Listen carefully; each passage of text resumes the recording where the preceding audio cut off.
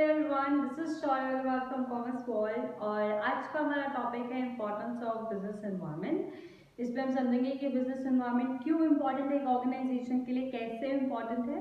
Let's start with the topic that is importance of business environment.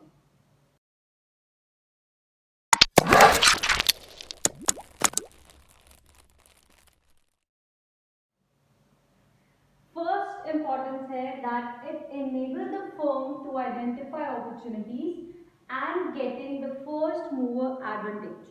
तो हम क्या बोल रहे हैं कि बिजनेस एनवायरनमेंट हेल्प करता है फर्म को अपॉर्चुनिटीज आइडेंटिफाई करने के लिए। अपॉर्चुनिटीज क्या हुई?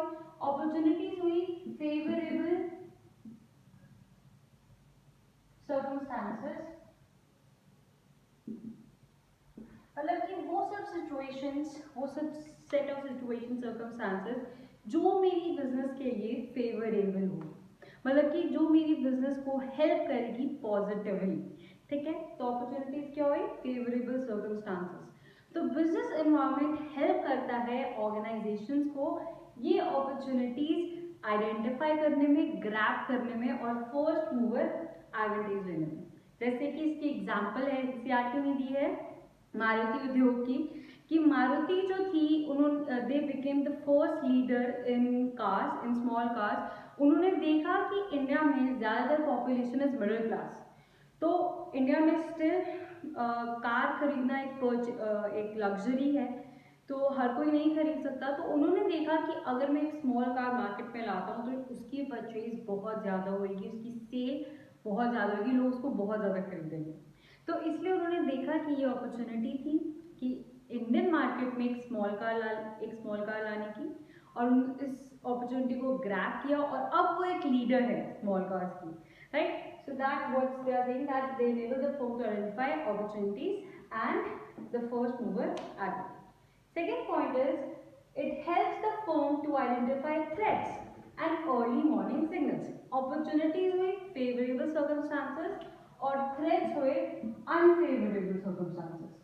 मतलब वो सब सर्कमस्टांसेस, सिचुएशंस जो मेरी ऑर्गेनाइजेशन को नेगेटिवली अफेक्ट करती है।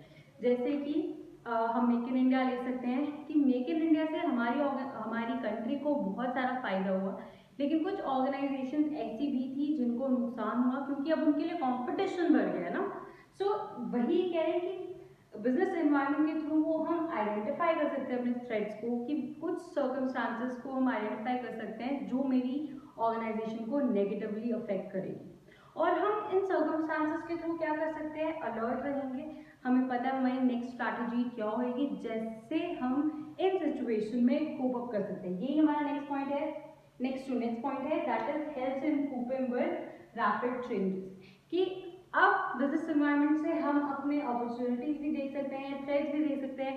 इस चेंजिंग एनवायरनमेंट की वजह से, इस चेंजिंग एनवायरनमेंट जो है, ये रैपिड चेंजिंग एनवायरनमेंट जो है, ये हमें बिजनेस एनवायरनमेंट हेल्प करेगा इस चेंज में कोप अप करने से, इस सिचुएशंस को अडेप्ट करने से। Okay, third is it helps in tapping useful resources. इसकी एग्जांपल से हम इसको समझते हैं कि जैसे कंट्री ने कोरिया से जो भी इंपोर्ट होगा उस पर कस्टम ड्यूटी कम कर दी है, तो इससे क्या होगा कि organisations will start importing more things from Korea, right. तो यही हुआ टैपिंग यूजफुल रिसोर्सेज, उन रिसोर्सेज को, उन चीज़ों को टैप करना, उनको ग्रैब करना जो चीज़ मेरी ऑर्गेनाइजेशन के लिए बेनिफिशियल होगा।